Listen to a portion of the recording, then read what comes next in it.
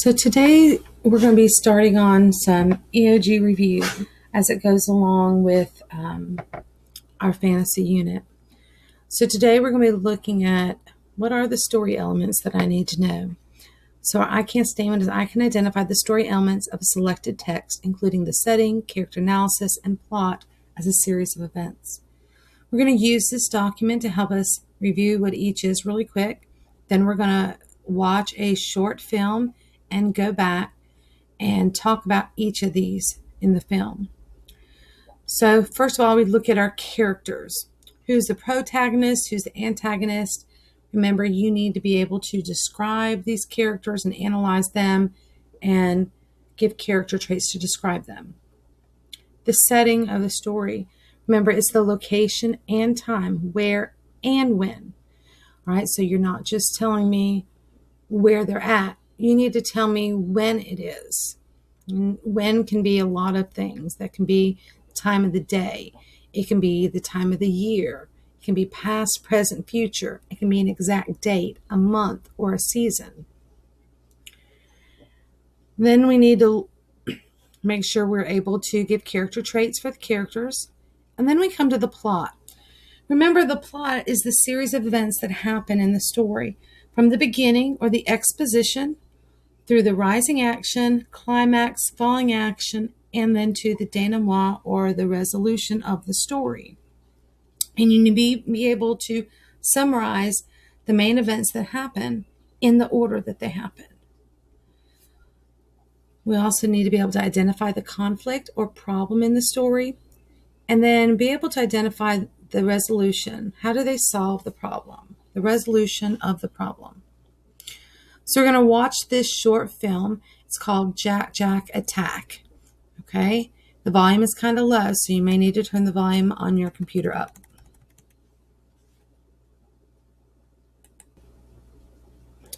Okay, now that we watched that short film, let's look back at some of our story elements. So who is our protagonist, our main character? That would be Kari, right? She is our main character. And then we have the antagonist. Happens to be the baby, right? She's the one who's going against Kari. What is the setting? We want the location and time or the season. Well, the location, we know that there's definitely in the baby's house, right? She's babysitting at their house. And the time or the season. Well, let's think about this. It seems to be like in the future. It doesn't seem to be in the modern time periods or the present, because they have these superpowers, right? The baby has superpowers, and that's not something that happens at this time. But we also know it's during the day because the mom is at work and there's a babysitter. So the time of the day would be during the daytime hours, right?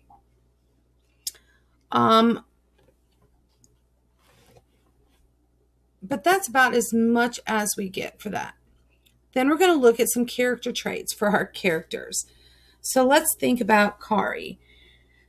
Kari seems,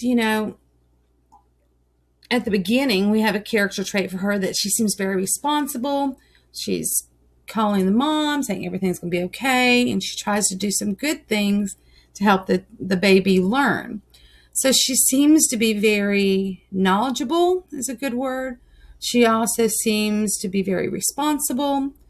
But at the end, we got a lot of words. She was frustrated, right? You could see it by the look on her face and by the fact that she just took that baby and handed it to a stranger, right? She couldn't take anymore. She was very frustrated. All right. Then let's talk about our other character, the baby. Well, you can go by its looks and say, oh, it's cute. But then there are other character traits that we can think of in terms of the things that he was doing or she was doing. They're very destructive, right? He was very destructive, setting things on fire, putting holes in things, destroying everything with his powers. You could say that the baby's very irritating because he frustrated Kari. Now we're going to go on to the summary of the plot. We want to look at the main events that happen throughout the story. In our exposition, we are introduced to Kari. She tells us her name, who she is, that she's babysitting Jack, right? and that Jack Jack is a baby. So we're introduced to our main characters at the very beginning in the exposition.